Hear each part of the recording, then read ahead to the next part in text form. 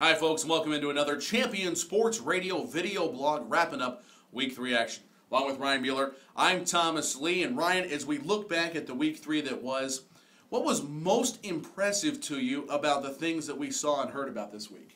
I think you got to look straight at the Coppell Cowboys and what they were able to accomplish. New head coach Joe McBride and how well he's gotten that defense whipped into shape. That's the biggest surprise to me. The big win over Highland Park, and then we saw this week against Weatherford what he was able to do as well, and that's run a balanced offense. Hayden Hawk was near perfect, and then you have the gashing ability of Cam McDaniel, who has come on. A balanced attack and a great defense. Coppell Cowboys looking pretty good.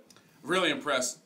They keep getting better every week. It's scary about how good they might be, but I'm going to give it to the district as a whole. 6-5A is just blowing my socks off. 18-4 as a district. Today, Marcus testing the defending state champs, the Katy Tigers, tying it up after trailing 21-3 at the half. Come all the way back, 24-24 halfway through the fourth quarter. Very impressive. You still have three teams at 4-0 in 6-5A. Coppell, Flower Mound, and of course, the state-ranked Carroll Dragons.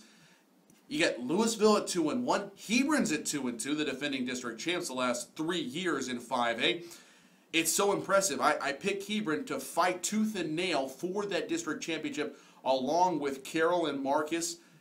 And now Coppell enters into the mix as well. I was just really surprised at how well. We knew they were good. We just didn't know quite how good 6-5A is. Now let's shift over to maybe the most eyebrow-raising, the most kind of just shocking thing that happened here in week number 3, Ryan. I think you got to look at Plano West and Naaman Forest, especially with the Rangers' big victory over Louisville, and Dick Olin throws the ball around, but that defense held tight. And then, of course, Plano West winning against North Crowley.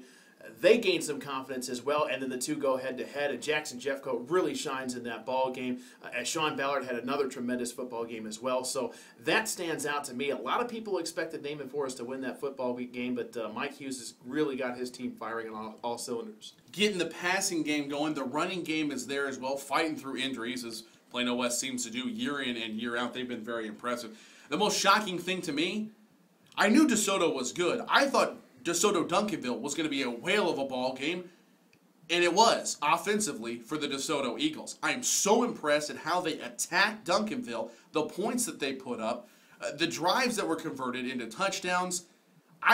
We saw the first week of the season, in week 0, how much they tested Cedar Hill, the number 1 team in the state, a 3-point loss, 44-41.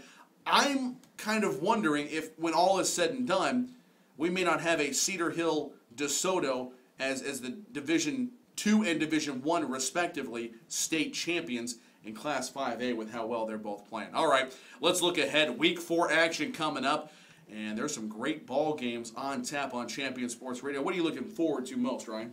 I would say Lake Highlands and Skyline. I mean, that is the first game of the district, and those two teams are absolutely loaded. You got Lake Highlands with Ricky Zorn, a great quarterback, and of course that defense is better than ever. Scott Smith has really got the team whipped into shape.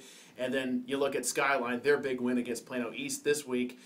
They have so much talent on their team, offensively, defensively. Javia Hall looked near perfect against Plano East, and you got the two receivers in Joe Powell and Michael Davis. That is a clash of the Titans showdown in the first week of district play. I complain about it so much, but I am most looking forward to Plano Pesh coming up this week. Okay, I admit it.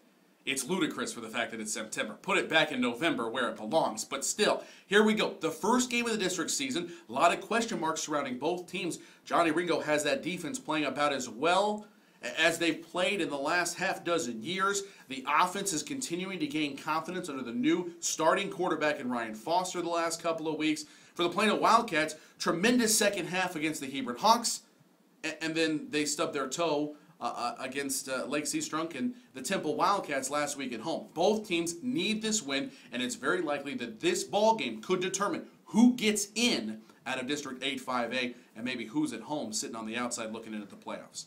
It's been an exciting week 3. For Ryan Mueller, I'm Thomas Lee. We'll talk to you next week here on Champion Sports Radio.